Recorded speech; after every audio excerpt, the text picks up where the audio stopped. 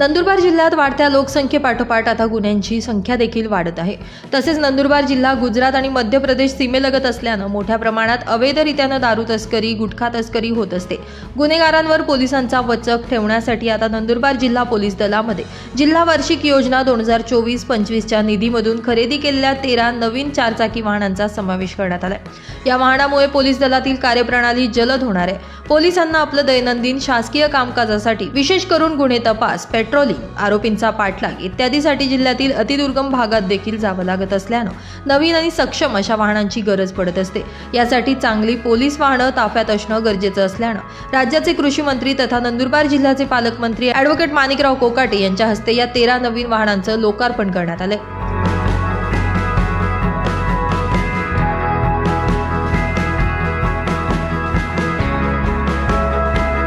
Bureau report, माझा Maharashtra news, Nandurbar.